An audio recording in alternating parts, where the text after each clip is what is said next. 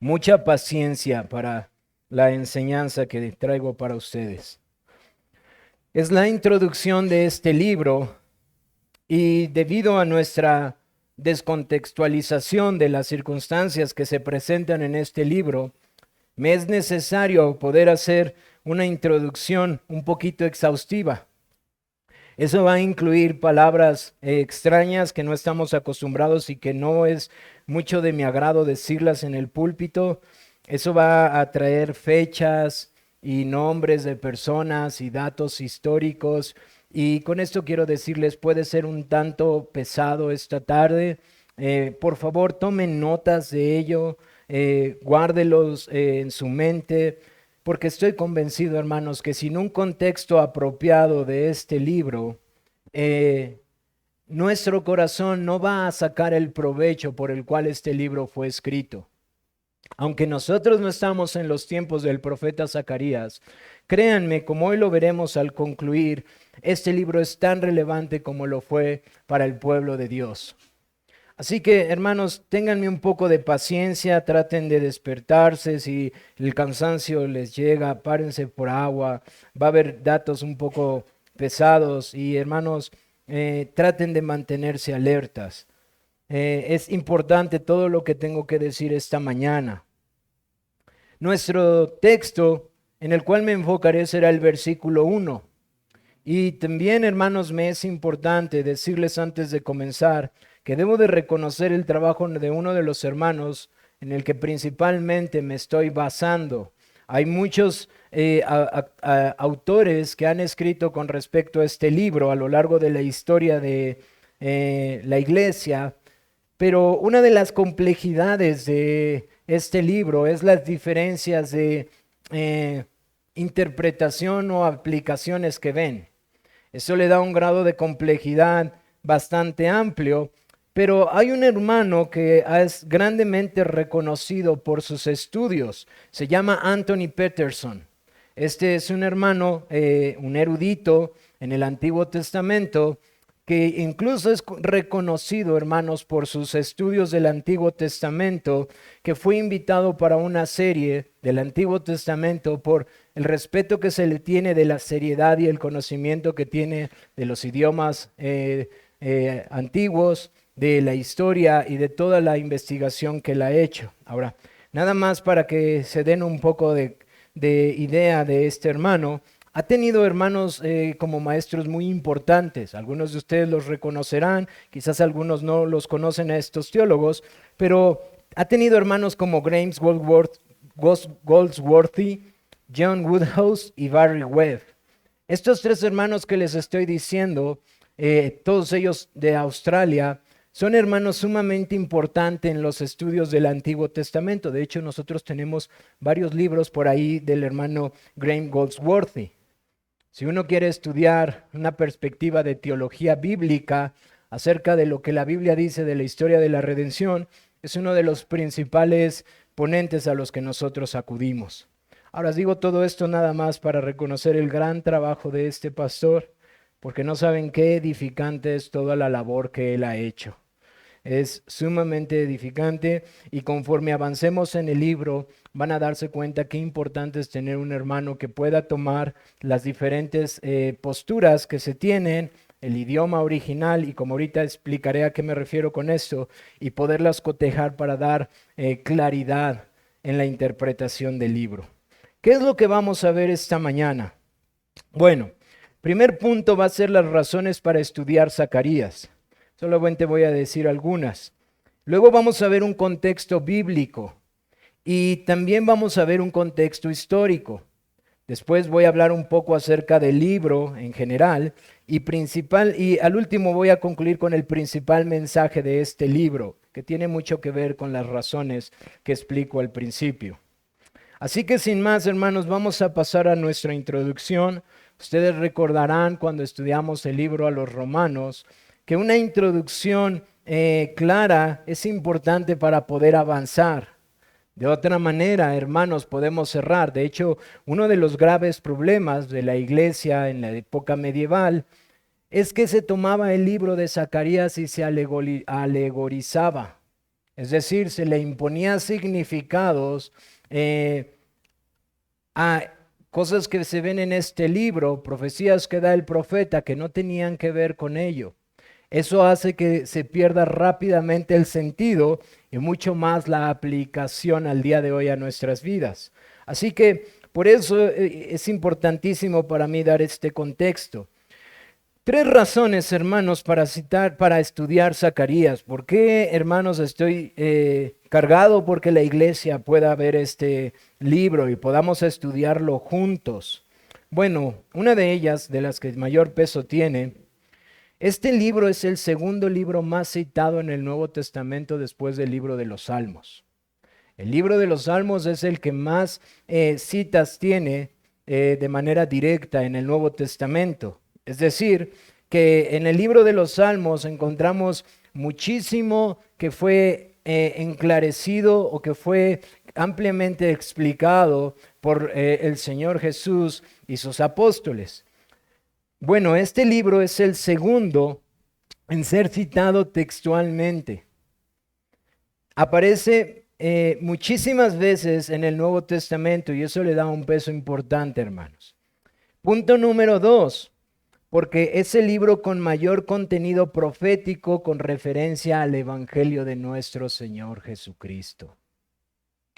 Este hermano, al igual que otros decían, es un grave error llegar al libro de Zacarías y tomar cualquiera de las herramientas que se tienen para interpretar el Antiguo Testamento, quitándonos los lentes de Cristo. Y hermanos, cuando concluíamos el libro de los Romanos, yo les citaba a uno de los eruditos que decían que si uno ha entendido el libro de Romanos, ha obtenido una llave para poder entender todas las escrituras. ¿Por qué es esto? Porque el libro de Romanos es una explicación exhaustiva del Evangelio de nuestro Señor Jesucristo. Teniendo herramientas que Dios ha dado en el Nuevo Testamento, es que entonces vamos a ir al Antiguo Testamento y vamos a interpretarlas a la luz de las interpretaciones apostólicas. ¿Qué quiero decir con esto?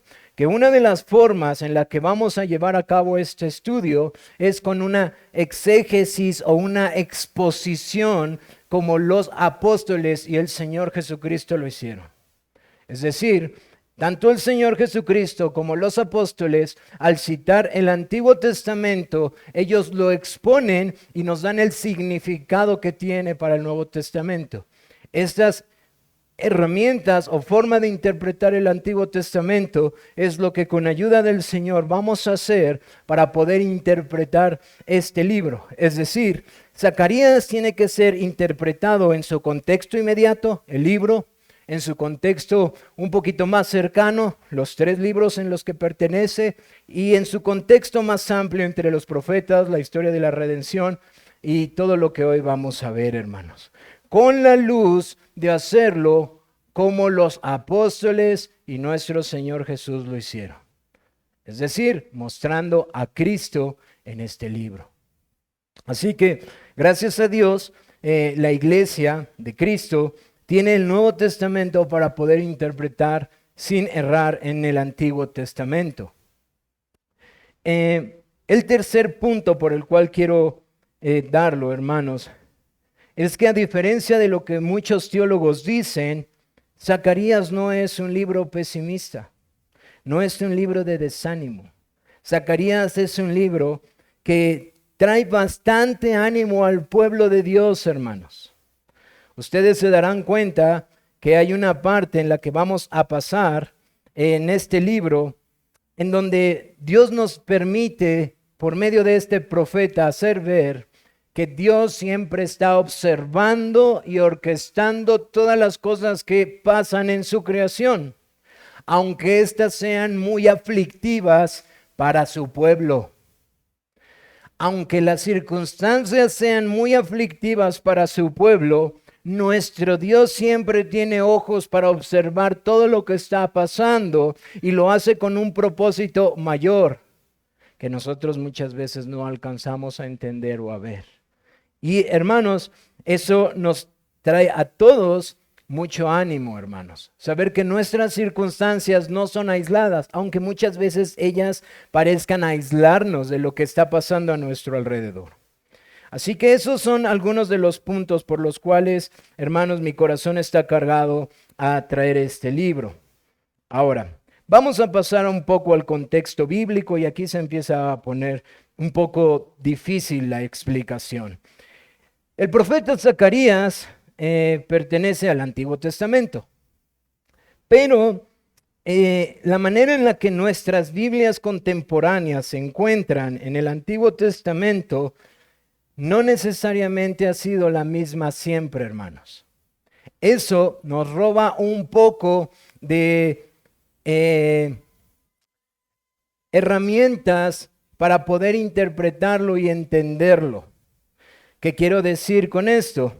Que cuando nosotros vamos a nuestra Biblia, nosotros vemos en el Antiguo Testamento principalmente 4 secciones. Nosotros encontramos lo que es conocido como el Pentateuco, luego hablamos de libros históricos, luego hablamos de libros poéticos o sabiduría, y luego llegamos a los libros proféticos o de los profetas. Y luego ya existe la división entre profetas mayores y profetas menores. Y Zacarías se encuentra entre los profetas menores. Y hay que hacer una aclaración a qué nos referimos con esto. Cuando decimos que Zacarías se encuentra entre los profetas menores, no significa que sean profetas de menor valor, sino que cuando se hizo esta consideración, se consideraba que la cantidad de profecía que ellos tenían en comparación con los profetas mayores, como Ezequiel, Isaías y Jeremías, era menor. Ahora, es muy peculiar darnos cuenta que Zacarías son 14 capítulos y que Zacarías tiene muchísimo más información profética que la que tiene Daniel. Pero bueno, esta es una de las tradiciones que nosotros hemos heredado, llamarles profetas menores, profetas mayores, y que esta mañana yo estoy intentando tratar de romper que solo existe eso, hermanos. Porque no solamente existe esa forma de ordenar el Antiguo Testamento, ni ha sido por todos los tiempos de esta manera.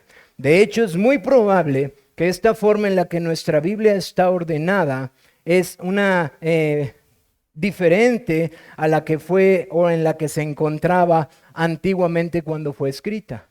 El orden que nosotros tenemos nuestra Biblia en el Antiguo Testamento es muy probable que date del cuarto o quinto siglo, hermanos.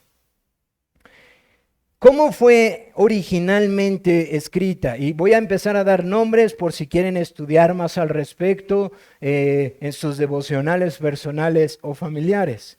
Originalmente el Antiguo Testamento era conocido con un acrónimo. Un acrónimo es un juego de palabras que da una idea mayor y la hace más corta. Es decir, un acrónimo usamos algunas palabras algunas letras, para hacer una sola palabra que nos ayude a recordar muchas ideas. El acrónimo que tenía anteriormente el Antiguo Testamento era conocido como el Tanaj.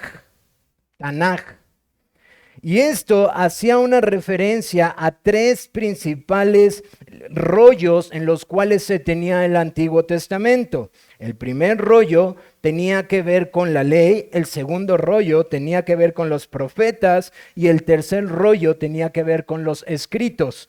Si ustedes se dan cuenta, de ahí empezamos a ver una diferencia en cómo a nosotros se nos ha presentado con una división de 4 bloques. Ténganme paciencia, hermanos. Ahorita les voy a explicar por qué esto es importante.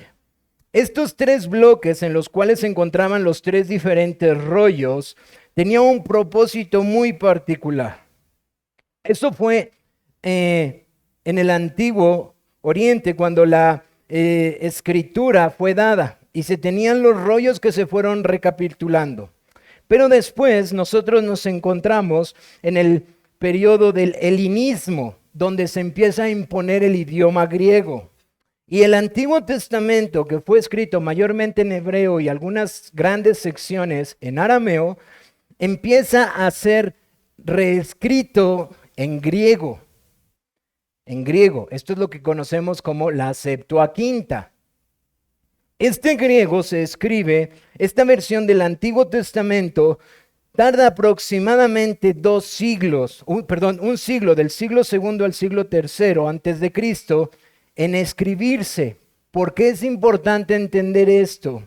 Porque el Antiguo Testamento en griego, que muy probablemente y que citaba nuestro Señor Jesucristo y que usaban los apóstoles, no era el antiguo hebreo, era el griego. Es decir, el Antiguo Testamento ya había sido pasado al griego y eso era lo que se tenía, porque en el momento en el que viene nuestro Señor Jesucristo, se encontraban en el Imperio Greco-Romano. Ahora, este griego que fue formándose poco a poco, la versión del Antiguo Testamento, tenía una estructura diferente y tenía libros añadidos, que ya vimos todo eso cuando fuimos a la confesión. El proceso de recolección y los libros que se fueron añadiendo en el periodo de silencio son varios, los que conocemos como los deuterocanónicos o apócrifos o otros nombres que tiene. Esta Biblia en griego, en el siglo IV, finales del siglo IV, principios del siglo V, es tomada por Jerónimo. Y Jerónimo la traduce junto con la Septuaginta y el hebreo los textos en hebreo que había disponibles en su momento al latín. Entonces tenemos originalmente la Biblia en hebreo en 3 secciones, luego viene el imperio griego, el imperio romano impone el idioma griego, traducen esto al griego, cambian el orden, luego viene Jerónimo, toma esta escritura y regresa tomando lo que encuentra del hebreo y la traduce al latín. Y en el siglo IV, siglo V encontramos lo que es la Vulgata Latina. La Vulgata Latina, casi 1000 años después, por un reformador conocido como la Estrella de la Mañana, es decir, John Wycliffe, es tomada para traducirse al inglés. Y bueno, de esta Vulgata la mayoría de nuestras traducciones se han tomado su estructura y de ahí los diferentes hombres usados por el Señor para tener lo que tenemos la Biblia en nuestros idiomas. Pero ¿por qué les tuve que decir esta progresión de cómo la Biblia ha llegado a nuestras manos hasta el día de hoy? Porque lo que ahora tenemos ha sido como base lo que fue avanzando, pero eso cambió el orden, hermanos. Y ese orden tenía un propósito principal, que es lo que precisamente esta mañana voy a tomar para que nosotros podamos ver dónde encaja Zacarías y por qué es relevante para la iglesia. Estos libros podemos cometer el error de pensar, como pasa ahorita en el libro de los Reyes, que mientras está sucediendo alguien lo está escribiendo. Y entonces podemos llegar a pensar, no sé, a lo mejor yo lo hago así, a lo mejor mi mente es muy torpe, pero yo pienso que van escribiendo y cuando está completo lo empiezan a mandar. Pero hermanos, la mayoría de los libros no fue escrito así. La mayoría de los libros fue escrita en retrospectiva. Es decir, han pasado los años, a veces muchos años, y son escritos con el propósito de hacer mirar al Dios de la creación como Él es.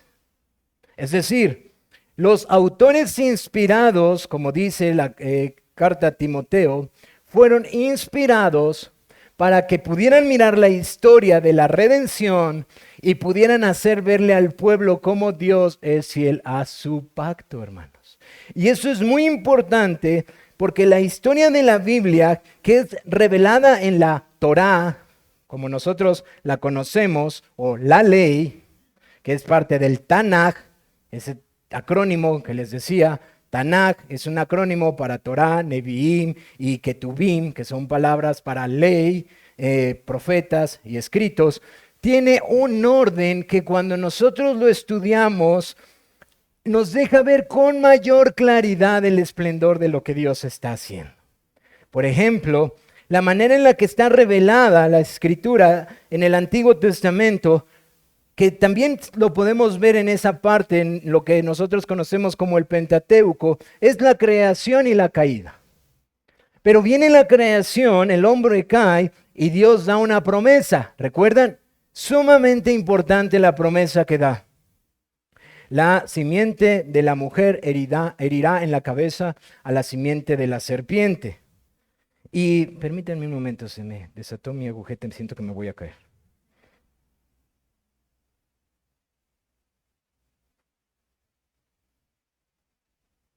Perdón, hermanos.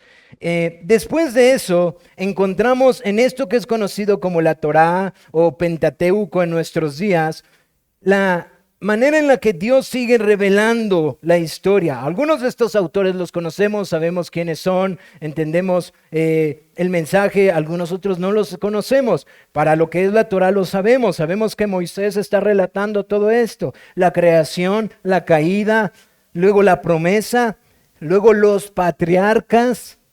Aparece en escena Abraham y la promesa que se le da a Abraham: en tus simientes serán benditas todas las naciones. Pero hermanos, no debemos de olvidar algo, porque esto es, nosotros decimos pivotal, es un punto clave. El hombre cayó.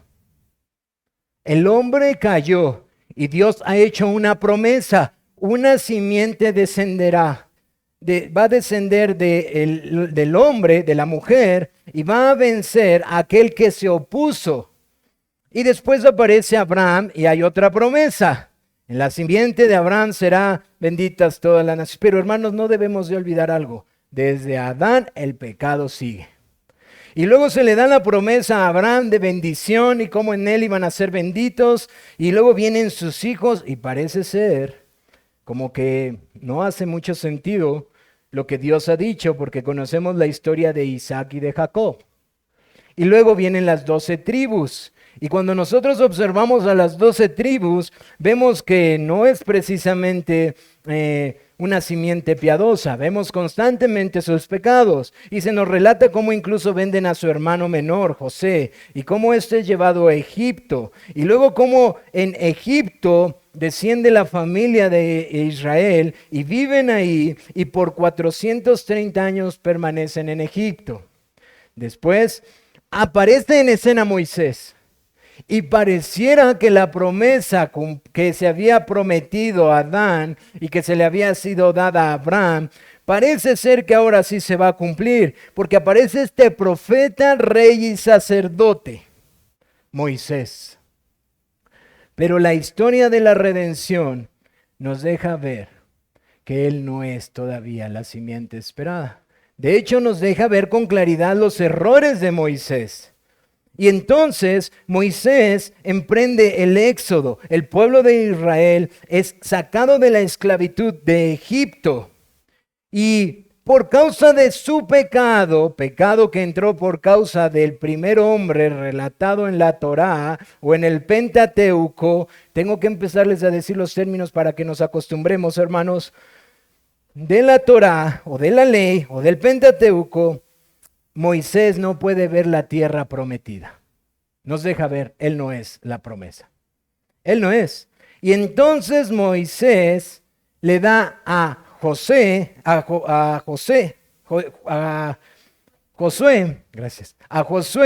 la encomienda que Dios le manda de meter a su pueblo a la tierra prometida.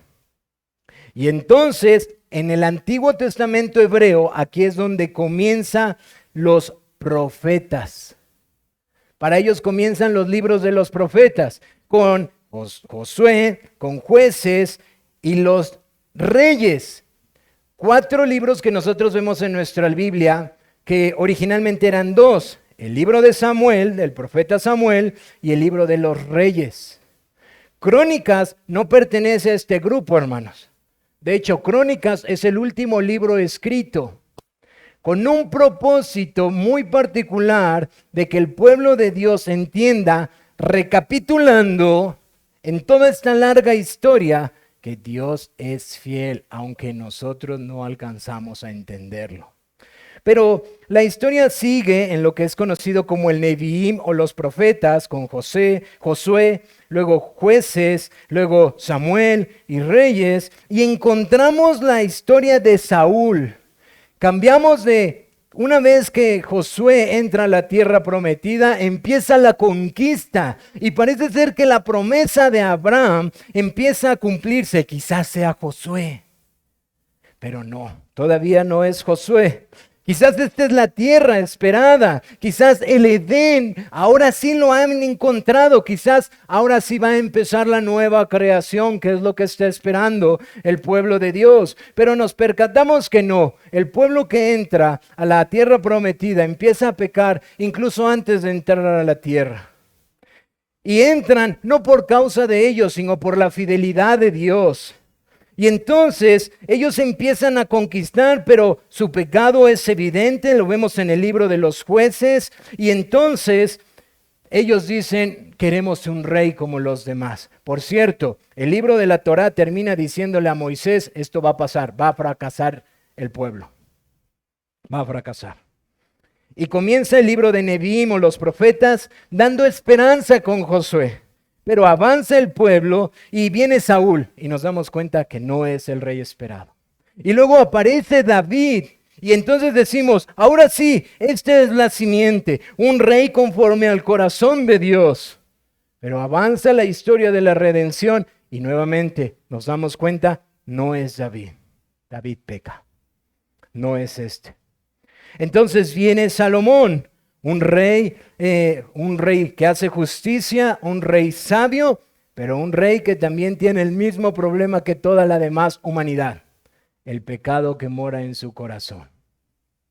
Después gobierna su hijo Roboam, y el pecado de Salomón es juzgado en Israel en los tiempos de su hijo, y entonces Israel es dividido en el reino del norte y en el reino del sur. Historia que hasta ahorita hemos estado viendo en el libro de los Reyes. El reino del norte, hermanos, constantemente, como lo veremos en el libro de los Reyes, es identificado por su rebelión y su pecado. Pecado por parte del rey, pecado por parte del pueblo. Y es instado muchas veces por profetas que el Señor manda para que se arrepientan de sus pecados y se vuelvan al Dios que ha tenido misericordia de ellos. No obstante, después de muchas advertencias, ellos no entienden y finalmente después de 200 años, de muchas instancias en donde profetas como Elías, Eliseo, muchas calamidades que deberían de llevarlos a humillar, después de muchas veces que se les profetiza, si no se arrepienten serán llevados cautivos, 200 años después viene el imperio de Asiria y los lleva cautivos. Habiendo mostrado su obstinación. Pero el reino del sur no es gran diferencia, hermanos. Aparecen algunos reyes que pudieran pensar el pueblo de Dios, quizás esta es la simiente, pero constantemente nos dejan ver que no es así. Constantemente nos deja ver que aunque no hicieron el mismo mal que algunos de sus padres, su corazón no era todavía recto como tenía que ser. Y después de muchas instancias en donde Dios también les insta a que se arrepientan, 136 años después de que Israel es cautivo, ahora viene Babilonia y lleva cautivo a su pueblo de Judá. Entonces, hermanos, vemos, como hemos leído ahorita en Zacarías, que como les dijo que pasaría a sus padres, así les pasó, hermanos. Y entonces, ahora está cautivo el reino de el reino del sur, el reino del norte está devastado. Los samaritanos han sido expulsados y han sido conquistados. Algunos son dejados tanto en el reino del norte como en el reino del sur. Y mientras esto pasa, aparece otro imperio. Yo no sé si mientras estoy hablando de estos imperios a ustedes les viene a la mente Daniel. Yo espero que venga a la mente Daniel. porque el Señor le dio esta palabra a Daniel para que nosotros veamos cómo Dios ha ordenado todo para su gloria. Y viene otro imperio llamado el imperio persa.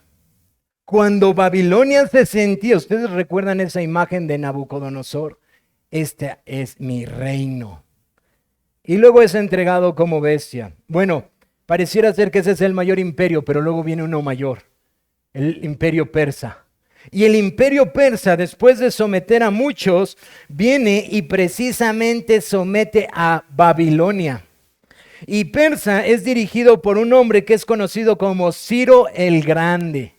Y Ciro el Grande, cuando conquista Babilonia, lo primero que hace estratégicamente es decir, todos los pueblos que Babilonia conquistó, regrésenlos a sus pueblos. Edifiquen ellos sus templos para que ellos traigan tributo a mí.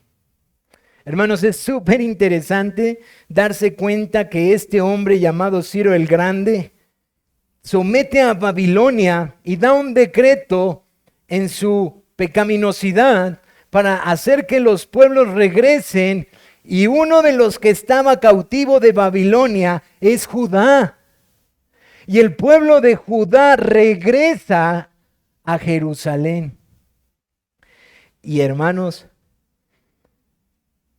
20 años después de que el pueblo regresa, Zacarías es el profeta al que estamos empezando a estudiar esta mañana. Zacarías, hermanos, es uno de 3 libros de los profetas que habla en lo que se conoce post-exilio, es decir, después de que regresaron del exilio. Por eso se conoce post-exilio, porque ellos han regresado del exilio. Es Ageo, Zacarías y Malaquías. Y estos 3 profetas, lejos de llamarse profetas menores, en el Tanaj, la Biblia del Antiguo Testamento, eran llamados parte de los 12 profetas que hablaron en diferentes épocas a Israel, durante su rebelión, durante el cautiverio de Israel, pueblo del norte, o de Judá, reino del sur, y durante el regreso de ellos.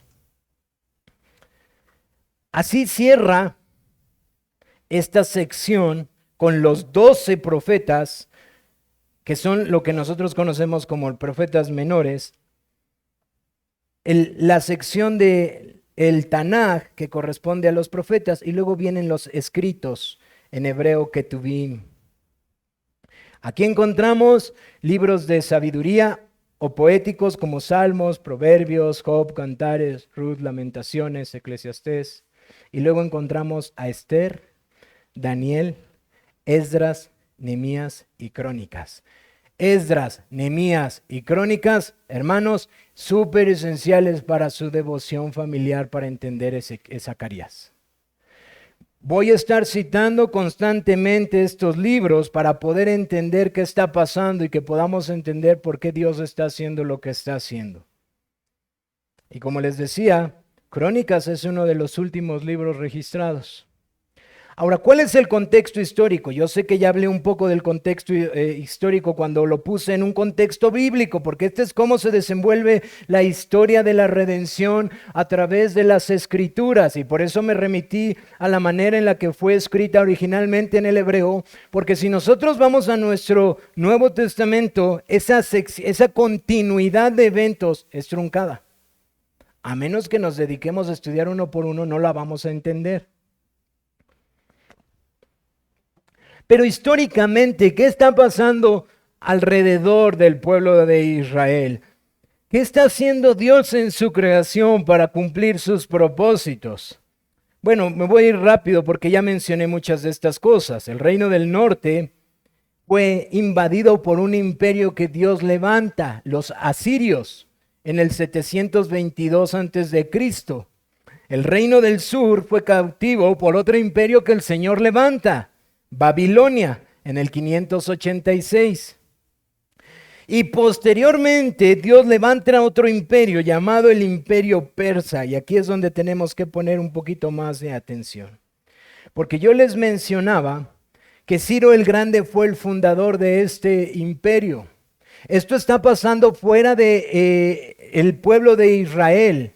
Esto es lo que está pasando a sus alrededores. Y Ciro el Grande, hermanos, es constantemente citado en el Antiguo Testamento.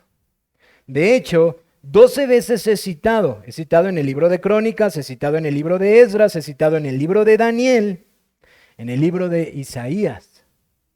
Así que nos damos cuenta que Ciro el Grande es un personaje esencial en la historia que tiene que ver con la historia de la redención del pueblo de Dios.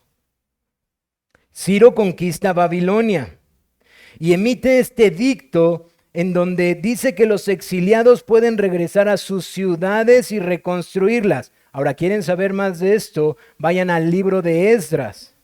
Rápidamente vayan, hermanos. Así sirve que despertamos un poco de tanta historia. Discúlpenme por tantos datos, hermanos. En el capítulo 1,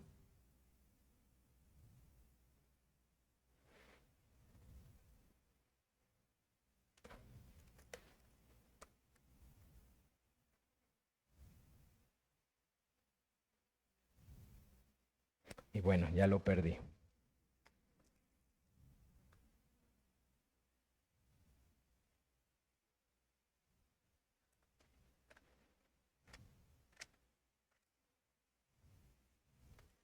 Dice el capítulo 1, verso 1.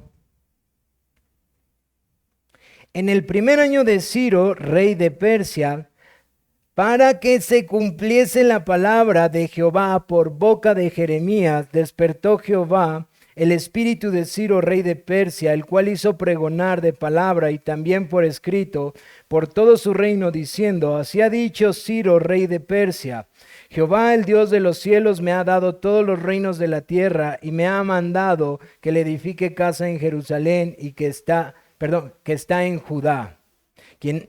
Quien haya entre vosotros de su pueblo, sea Dios con él, y suba a Jerusalén, que está en Judá, y reedifique la casa de Jehová, Dios de Israel. Él es el Dios, la cual está en Jerusalén. Hermanos, aquí vemos cómo este hombre empieza a tomar un significado sumamente importante para la historia de redención. Este es el primer grupo que se relata en el capítulo 2 del libro de Esdras, que regresa del exilio de Babilonia a Judá y que es llamado a reconstruir el templo que había sido destruido por causa de su pecado, tal como Moisés les había dicho que pasaría. Por causa de su pecado fueron conquistados y fue destruido el templo, la morada del Señor. Y fue destruido como vergüenza de lo que ellos habían hecho. Y ahora son regresados del exilio y son llamados un grupo de hombres para que ellos reconstruyan el templo de Dios en Judá. Estos hombres iban dirigidos por Zorobabel, que es un líder judío, por cierto, y llegan a Judá, en donde se encuentra Sesbazar, un líder que es líder de sirios, pero es de origen judío también. Y ustedes se darán cuenta, si leen el siguiente libro, Nehemías, que es otro líder de origen judío, utilizado por Dios para este propósito. Hermanos, tengo que darles estos datos tan solo para animar sus corazones en esta historia un poco compleja. Dios está teniendo un cuidado tan peculiar, hermanos, que ningún hombre pudiera tener para el cuidado de su pueblo. Por cierto, rebelde, un pueblo rebelde. Después, vemos que Zorobabel, hermanos, establece la adoración. Una adoración al Dios verdadero que ya no se practicaba. Y que empiezan a poner los cimientos del templo. Esto lo encuentran en Esdras capítulo 3. Pero, hermanos, esto es triste. Al poco tiempo hay oposición para que se construya el templo. oposición para que el reino de Dios se siga estableciendo en esta tierra. Y uno puede pensar en ignorancia, ay, seguramente otro imperio. No, seguramente otros enemigos. ¿Y saben quiénes eran los enemigos? Los de su casa. Los samaritanos y los que se habían quedado en Judá. Ellos son los primeros que empiezan a tener celos de que es reedificado el templo. Lo pueden ver en Esdras capítulo 4, Nehemías capítulo 2 al 4. Y darse cuenta cómo ellos mismos son los que ahora empiezan a hacer todo lo posible para que no sea edificado el templo, para que la ciudad no sea reedificada.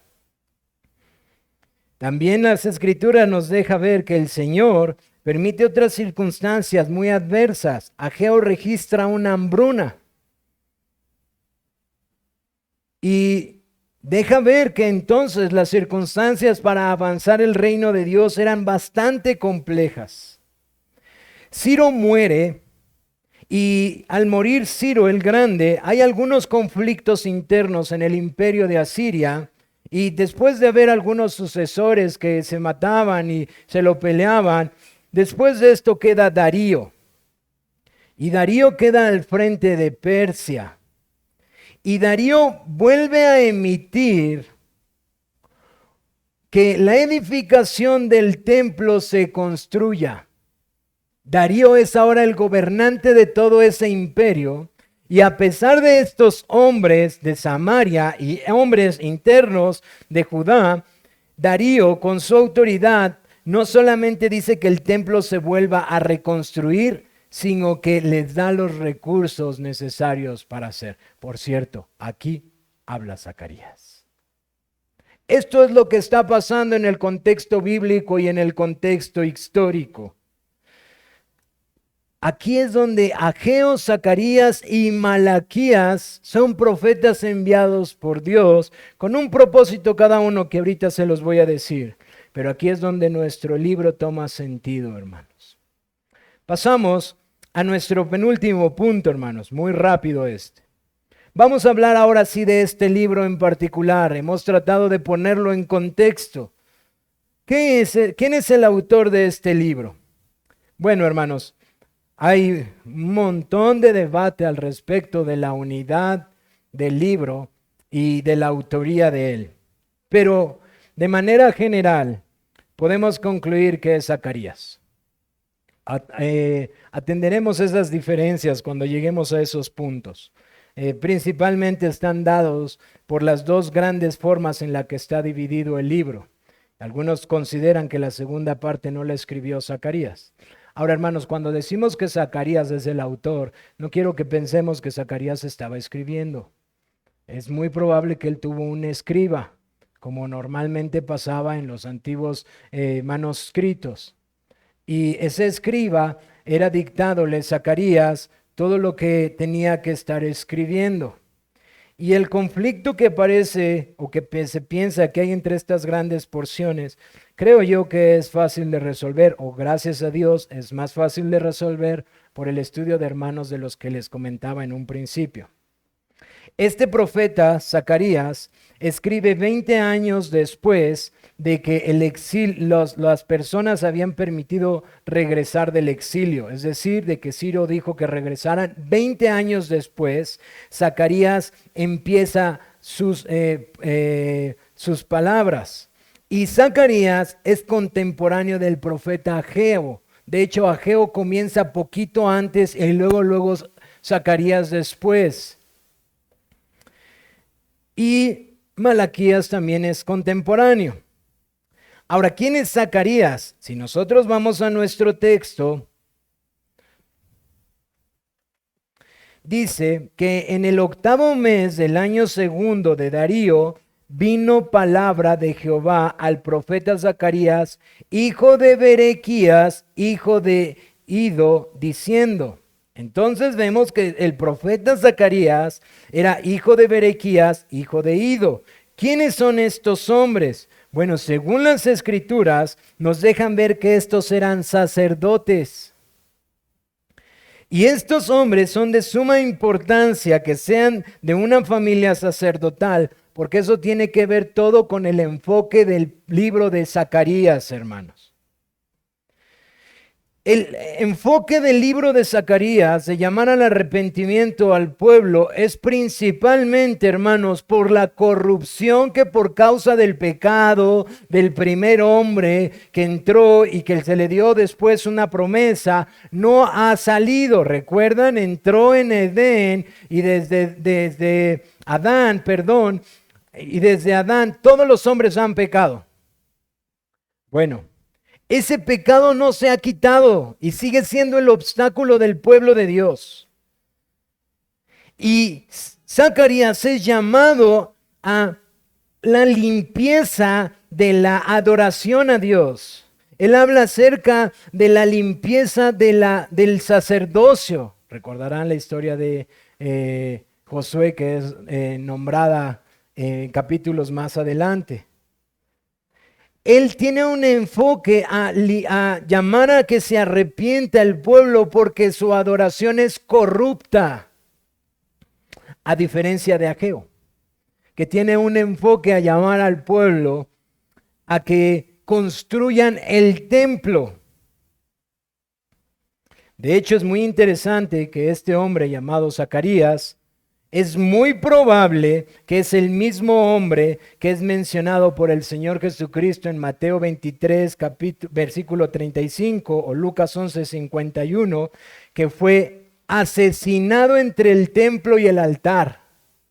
Voy a ir rápidamente a ese texto, Mateo capítulo 23.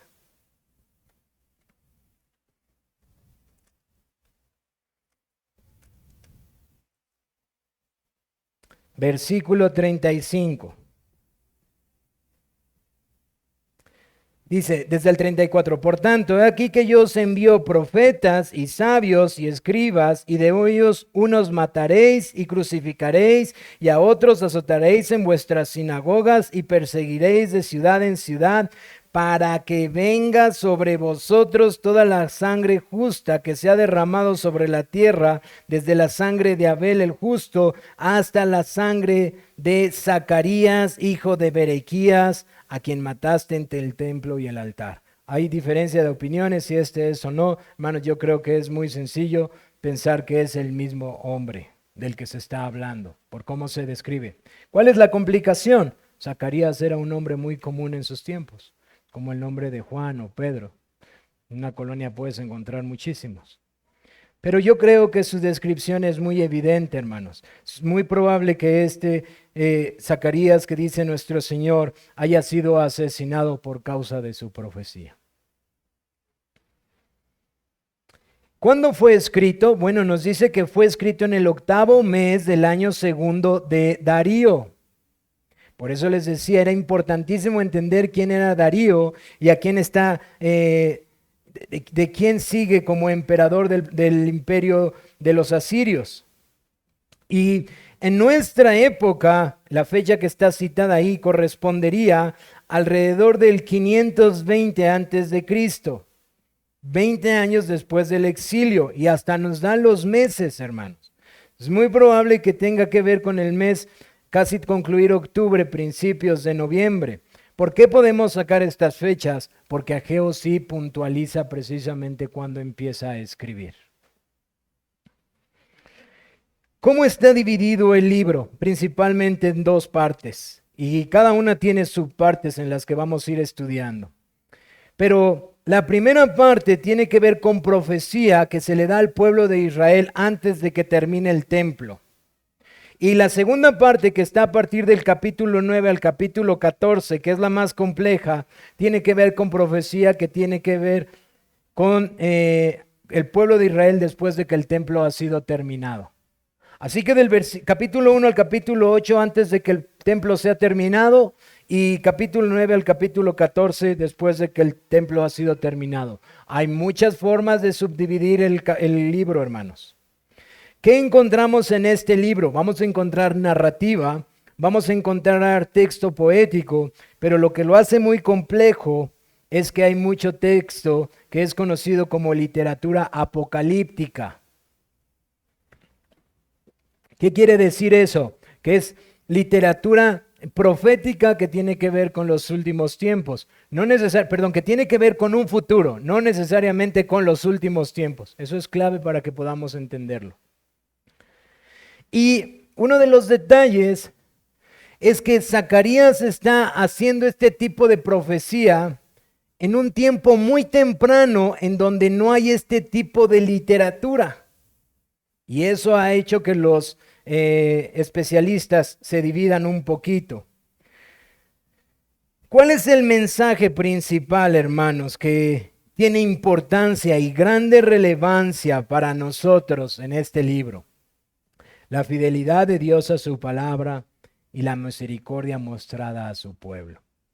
Si todo lo demás les costó trabajo entenderlo, hermanos, pueden llegar a estudiarlo en sus casas. Solo no olviden esto. El mensaje más importante con el cual Dios quiere animar a su pueblo es la fidelidad de Dios a sus promesas. ¿Qué promesas, hermano? La promesa dadas a sus padres. La promesa que le dijo Dios a Adán. Y la simiente de la mujer herirá en la cabeza a la simiente de la serpiente. ¿Qué es lo que ha hecho la serpiente, hermanos, en toda esta historia de la redención? Tropezar, tropezar, tropezar, tropezar, tropezar. ¿Y qué es lo que el pueblo puede decir? ¿Hasta cuándo vendrá este profeta que Moisés dijo que iba a ser un varón perfecto? Porque se ha levantado uno que era profeta, se ha levantado otro que es sacerdote, se ha levantado otro que es rey, se ha levantado uno que es sacerdote y rey, pero ninguno de ellos es el que nosotros esperábamos. Y han pasado generación tras generación. ¿Hasta cuándo cumplirá su promesa? Y hermanos, mientras digo esto, yo espero que nuestros corazones se vayan animando, porque eso es igual para nosotros. El pueblo ha recibido las consecuencias de su pecado, como lo vimos en el versículo 6. Pero ahora Zacarías los llama al arrepentimiento. ¿Por qué, hermanos? Porque este pueblo era especial. Porque este pueblo merece que Dios los mire. Porque este pueblo es mejor que los paganos que estaban a su alrededor, aun cuando ellos se mezclaron e incluso tuvieron descendencia de ellos. Aun cuando de entre ellos se están rebelando para la construcción del templo, aun como Ageo lo dice, aun cuando están construyendo sus propias casas en lugar de la casa del Señor, aun cuando están edificando para ellos en lugar de edificar para Dios. No, hermanos, Él tiene misericordia y los llama al arrepentimiento porque nuestro Dios es misericordioso, clemente, lento para la ira y grande en misericordia. En realidad, ellos habían sido exiliados por causa de su pecado. Pero ese pecado no ha cambiado, aún sigue en sus corazones. Y es Dios quien está mostrando misericordia, porque es Dios quien hizo pacto con los hombres. Es Dios quien ha concedido ser benevolente para con los hombres, y Él ha establecido un pacto con los hombres en donde Él mostrará su amor de complacencia con ellos. No porque los hombres lo merezcamos, sino porque a Él le plació hacer un pacto con ellos, porque el pecado después de la caída ahí sigue, y toda la historia de la redención nos lo deja ver, toda la historia nos lo deja ver. Pero Zacarías viene a animarlos. Esperen a su Mesías. Esperen a este profeta esperado. Sigan animados porque Él vendrá a redimirlos y comenzará una nueva era de limpieza y purificación, y se levantará el templo y Él morará en medio de ustedes. Este Mesías los rescatará de sus enemigos. Mis hermanos, pero vamos a ver a lo largo de este libro que el mayor problema no era Babilonia, no eran los samaritanos, no eran los persas, no eran los asirios. El mayor problema está en tu corazón y en mi corazón. El mayor problema del hombre tiene que ver con reinos que se levanten contra él, porque son títeres en sus manos, hermano. Yo espero que nuestro corazón se empiece a animar a que todos aquellos enemigos que se levantan en contra de Dios puedan nuestros corazones estar tranquilos de saber que no son sino hombres en sus manos. Pero que el mayor problema, como lo va a tener que poner Zacarías, es el problema de nuestro corazón, hermano. Porque por eso Zacarías habla de un Mesías libertador, uno que tendría que morir por causa de ese verdadero enemigo. De ese enemigo que ha obstaculizado constantemente que el reino de Dios avance, pero que vendrá y establecerá su reino en esta tierra y morará en medio de su pueblo. Así que en este mensaje tan precioso, Zacarías está animando a su pueblo, al pueblo de Dios, a esperar en la esperanza de la gloria venidera. A esperar en la esperanza de la gloria venidera, hermanos. Que en palabras del apóstol Pablo se ha de manifestar en nosotros. No una gloria temporal, no una gloria momentánea, sino una esperanza de la gloria venidera que se ha de manifestar cuando nuestro Cristo venga. Así que, hermanos, nos damos cuenta que por un lado, Ageo está hablándole al pueblo porque se ha contaminado. Ustedes regresan al capítulo 2, habla de cómo se han mezclado y usa esta imagen de las cosas sagradas para decir, así se han contaminado, así han hecho ustedes. Y Zacarías se levanta para decir, y ustedes somos sacerdotes que estaban aquí para dar la palabra de Dios que debería ser valorada y que vemos a lo largo del libro de los Reyes, cómo fue pisoteada e ignorada. Los llevó a consecuencias fatales hasta el fin de que fueron exiliados, destruido el templo que era majestuoso. Ustedes recuerdan esta imagen en Ageo, en donde están reconstruyendo el templo y los ancianos están llorando y los jóvenes están alegres y los ancianos lloran porque el templo anterior no tiene nada que ver con el nuevo. Pero es que ellos no se han dado cuenta que ha sido por causa de ignorar la palabra de Dios. Y Zacarías utiliza esta imagen del sacerdote y las vestiduras repugnantes que tienen para decir, ustedes han desviado al pueblo de Dios.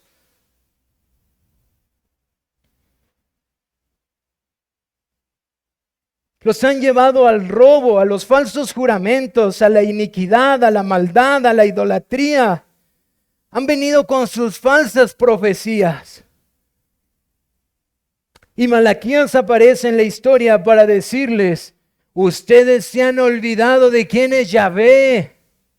Ustedes se han olvidado que el Dios del pacto se manifestó a los hombres. Ustedes se han olvidado de que este es un Dios santísimo. Ustedes se han asimilado más a las naciones paganas que al pueblo del pacto que fue instruido en la ley de Jehová.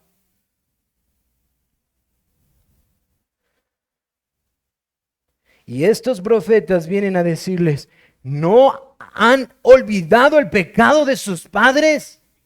Contaminándose, trayendo sacerdotes falsos y olvidándose de la santidad de Jehová que mora en medio de su pueblo. Por cierto, hermanos, nada diferente al día de hoy. Nada diferente al día de hoy. En donde dice un hermano, en el día del Señor, uno de los días más idólatras, en donde en un lugar, en un montón de lugares que se dicen llamar iglesias, se congregan todas estas tres características a adorar algo que ellos dicen es Dios con sus formas. Y estos profetas llaman al pueblo de Dios al no olvidar el pecado de sus antecesores. Los instan. No son pesimistas. Ellos vienen para decir, miren la fidelidad de Dios. El templo no es nada, la gloria es del que mora en medio de ellos. Ageo les dice, dejen de llorar. Zacarías, hablando de el ayuno, esa es su reprensión. ¿Por qué se están afligiendo si es día de gozo? ¿Por qué se afligen en el día en el que el Señor ha decidido volver a hacer misericordia con ustedes y poner en medio de ustedes el templo para morar? ¿Qué se les olvida quiénes somos nosotros? Han olvidado sus misericordias y sus gracias. ¿Por qué se afligen en el día del Señor? Y hermanos, yo espero que podamos ir viendo la implicación que esto va a traer cuando llegue a ese mensaje de la importancia de este día para el pueblo de Dios en regocijarse.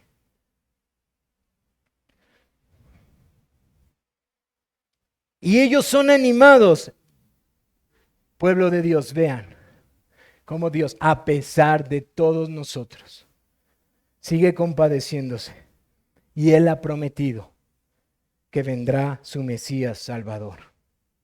Aunque las circunstancias actuales puedan verse muy grises, muy borrosas y muy sin esperanza. Aunque lo que miren a su alrededor no les dé esperanza, no olviden que el Dios que prometió es fiel para cumplir. Hermanos, ¿qué aprendemos de esta introducción? La soberanía tan espléndidamente gloriosa que Dios tiene sobre su creación. Hermanos, de verdad, ni una ave cae al cielo sin que lo sepa. Ningún imperio se mueve en contra de lo que Él diga. Nada en lo absoluto. De hecho, ustedes recordarán esta escena que tenemos que verla a la luz del libro de Judas, en donde hay una pelea entre el ángel. Hermanos, lo que estos textos quieren hacernos ver es que aunque ha sido complejo, nuestro Dios tiene control de su historia y la historia la gobierna Dios. Y que Él es fiel a sus promesas. A eso son llamados el pueblo de Israel, a aferrarse a sus promesas. Por eso este texto, hermanos, en mi corazón estaba explicarlo porque está lleno de promesas, de cosas que ellos no vieron, pero que nosotros ya vimos su cumplimiento. Ellos esperaban el cumplimiento y caminaron como esperándolas. Pero nosotros podemos mirar atrás y saber que lo que ellos no vieron, nosotros sí lo vimos. Y puede alentar nuestros corazones grandemente, porque Dios es fiel a sus promesas. ¿Cómo aplicamos esto para terminar, hermanos? Bueno, hermanos, decía este hermano Anthony Peterson, algo muy real. Las situaciones plasmadas en el libro de Zacarías, post-exilio, en muchos sentidos reflejan a la época cristiana, en muchos sentidos. Ambos viven en una época en donde el cumplimiento de todas las cosas no se ha dado. Ellos esperaban la primera venida del Mesías. Nosotros esperamos su segunda venida. Esto ya ha pasado, pero ellos no lo habían visto. Ellos vivían con la esperanza de una gloriosa situación que vendría en un futuro. Ellos fueron animados con el futuro glorioso que vendría cuando el Mesías vendría a gobernar. Hermanos, no pierden de vista. Tenemos el riesgo de llegar a la misma conclusión que los escribas y fariseos del tiempo de nuestro Señor Jesucristo cuando le dijeron, si tú eres rey, ¿por qué no te sientes de ahí? Podemos llegar a la misma conclusión, hermanos, y no lo vamos a decir igual, pero pudiéramos decir, ¿por qué si el Señor gobierna hay tanto pecado? Hermanos, no nos damos cuenta que el mayor problema, que era el problema del pecado, al establecerse el nuevo pacto, hermanos, en verdad ha sido vencido. Ahora, no estoy diciendo con eso que la realidad del remanente de pecado que aún mora en nosotros no existe, pero el mayor problema que había y que sigue existiendo en el hombre ha sido vencido por Cristo. Cristo ya estableció su reino, Cristo ya venció a sus enemigos. ¿Cuál era el enemigo de su pueblo? El pecado y Satanás, porque Satanás obra a través de nuestro pecado. Pero voy a decir algo que espero no sea torcido para la perdición de nadie. Aunque tú peques, ya no puede venir a Satanás a decirte, hay condenación para ti. Porque las vestiduras blancas han sido puestas sobre ti. Y esa esperanza en la que ahora vivimos nos motiva a esforzarnos más. Así como ellos vivían esperando una época más gloriosa, así la época cristiana también espera una esperanza más gloriosa. ¿Cuándo? Cuando el pecado sea quitado de nosotros por completo.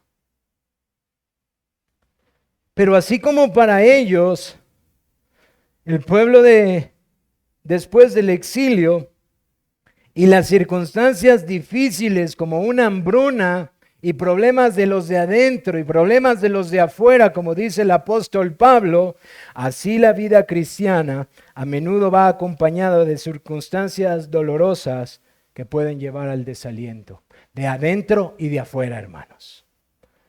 Del dentro de nuestra iglesia y de afuera de la iglesia. Pero los cristianos debemos de mirar a Dios como aquel que cumple sus promesas. Y podemos mirar hacia atrás sabiendo que Él ha cumplido lo que les había prometido a nuestros hermanos que esperaban la venida del Mesías para establecer su reino. Porque, hermanos, Cristo ha venido. Ellos no lo vieron, pero nos daremos cuenta que muchos del cumplimiento de las promesas, de las profecías de Zacarías, se cumplen a perfección cuando nuestro Señor Jesucristo, el Hijo, se hizo hombre y habitó entre nosotros. Él habitó entre nosotros.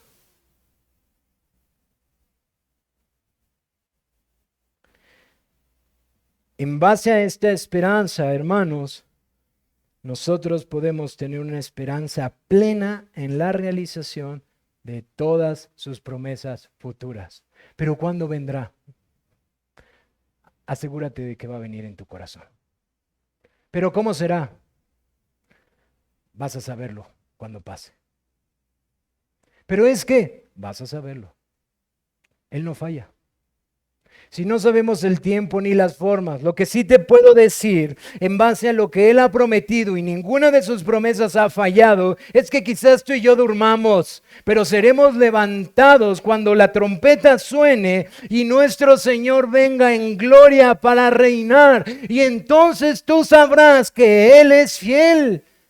Hermanos, esa es la esperanza que este libro puede traer a nosotros. Ellos fueron esperanzados con la primer venida del Mesías, y eso se cumplió 500 y feria años después. Ellos no vieron la promesa, pero cuando ellos sean levantados, ellos se darán cuenta que cumplió su promesa y que vino y que ahora gobernará en medio de ellos y que su enemigo, su mayor enemigo, ha sido puesto bajo sus pies. Hermanos, es increíble. Nuestra vida un día será nada, nadie nos va a recordar las promesas de nuestro Señor, siglo tras siglo, tras siglo, tras siglo, tras siglo, tras siglo, tras siglo, siguen resonando en los oídos de los hombres. Aun cuando un enemigo y otro enemigo se levantan, bueno, muchos de esos enemigos quizás nadie los conoce ya. Pero las palabras de nuestro Señor siguen resonando y resonando y resonando, aún en las voces de sus enemigos. Nuestro Señor sigue mostrando su gloria. Hermanos, esta es la manera en la que la esperanza de las cosas venideras puede ayudarnos a perseverar en una época en donde a nuestro alrededor nos dicen, ya no hay esperanza. ¿Quién dice?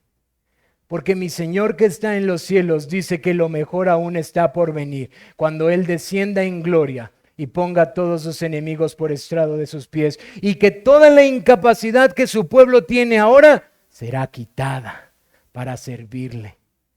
¿Quién dice que no hay esperanza? Hermanos, y solo consideren el final de Zacarías. Murió asesinado. murió asesinado, pero cuando su Señor venga en gloria, recibirá su galardón. Y además, dice las Escrituras por medio del Señor que su sangre será demandada y juzgada. Esa es la desesperanza que tienen los que no creen en Él. Ahora quiero dirigirme a ustedes que no han puesto su fe en este glorioso Dios. Ustedes que han ignorado que este Dios no miente ni se olvida de sus promesas. Ustedes que se sientan aquí en medio de nosotros domingo a domingo sin poder poner su confianza en nuestro glorioso Señor. Amigo mío, quiero decirte esta mañana, nuestro Dios no miente, nunca lo ha hecho, nunca lo ha hecho. Y lo que puedo animarte esta mañana es mira a ese glorioso Salvador. Mira, si tú me miras a mí, si tú miras a tus compañeros que están al lado, atrás, las personas que están al lado, tienes un montón de cosas para desanimarte. Pero cuando tú miras a Dios no tienes ni una sola razón para desanimarte, ni una sola razón para dudar. No tienes una sola razón por la cual no puedes confiar en lo que Él ha dicho que hará. Y si Él ha dicho que Él puede librarte de la esclavitud al pecado al que vives y que amas y darte una vida nueva para adorarle, mi amigo, quiero decirte, eso es 100% seguro. Si tú crees en Él, Él promete darte libertad del pecado y darte vida eterna. Ese es el mensaje de su palabra. Mostrar cuán débil es la humanidad, pero cuán glorioso es el Redentor. Cuán inconfiables son los hombres, pero cuán precioso y digno de confiar es Cristo. Mientras el paño de nuestra realidad es negro, como veíamos en Romanos, el diamante de Cristo brilla en su esplendor para que todo hombre pueda confiar en Él y descansar en que lo que Él vino a hacer es suficiente una vez y para siempre. Así que lo que te puedo rogar esta mañana es mira a este glorioso Salvador, que fue esperado por su pueblo, profetizado por sus profetas, que visitó nuestro mundo, que vino a dar su vida por nosotros, que pagó el precio de nuestros pecados, que se levantó de entre los muertos, ascendió a los cielos, se sentó en su trono y ha sido proclamado generación tras generación por su iglesia, para que tu corazón tenga un cimiento firme sobre el cual poner su vida. No existe nada más glorioso que la obra de Jesucristo. Y toda la Biblia proclama su esplendor. No tienes razón, mi amigo, esta tarde para dudar de Él. Él te dice que vayas con todo tu corazón a Él y te arrepientas de tus pecados y pongas tu fe en Él. Así de simple y así de glorioso, porque Él lo ha hecho todo. Abandona tu pecado, amigo, y mira a Jesucristo como tu Salvador y Señor, y recibe el perdón que Él ofrece para que puedas conocerle. Hermanos, vamos a pasar a la cena del Señor.